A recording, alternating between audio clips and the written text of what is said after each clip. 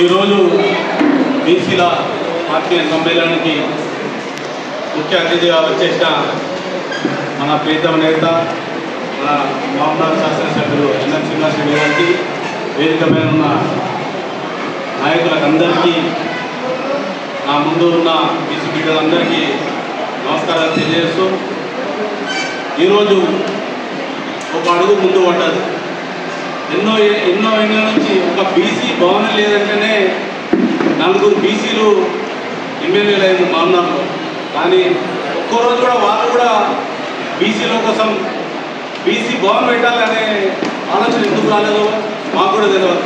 ఆ రోజు మన గొల్లెల శ్రీని వచ్చిండు, ఆ రోజు వచ్చిన ఆఫీస్కి వచ్చి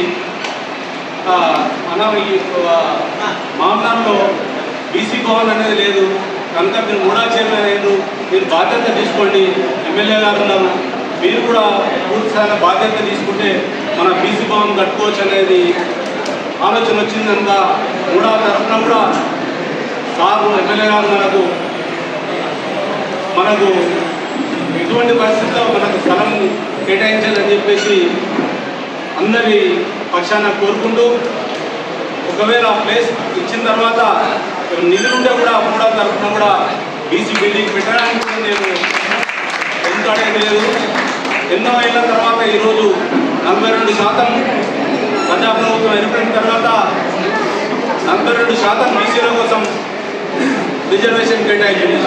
అది ఈబీసీలకి ఇచ్చిన తర్వాత మనం 42% కోసం మనం అందరం కూడా కలిసికట్టుగా అన్ని బీసీ కులాలందరూ కూడా ఏకమై కొట్లాడాలి. ఎందుకంటే 90లో ఈపీ సింగ్ గారు 29 రిజర్వేషన్ మండల కమిషన్ తెచ్చింది.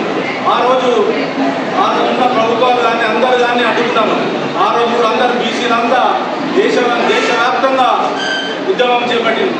అప్పుడు నేను ఢిల్లీలో ఉండి నేను కూడా జిల్లా కన్వీనర్ నుండి ఆ రోజు కూడా ఏఎంసీఎఫ్ యాంటీ మండల్ కమిషన్, బీసీఏది ప్రో మండల్ కమిషన్ ఆ రోజు కూడా కన్వీనర్ నుండి ఆ రోజు మొత్తం బీసీ ఉద్యమాలన్నీ నాకు తెలియదు.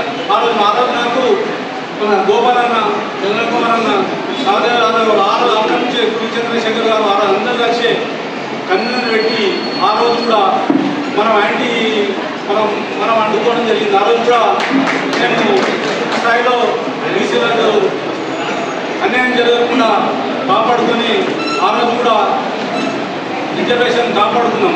కనుక మనం అందరం కూడా బీసీలు అయితే సంఘటన అయితే మనం ఏదైనా సాధించవచ్చు. కనుక ఈరోజు కూడా మన ఎన్ఎం శ్రీనివాసరెడ్డి గారు బీసీ రెడ్డి,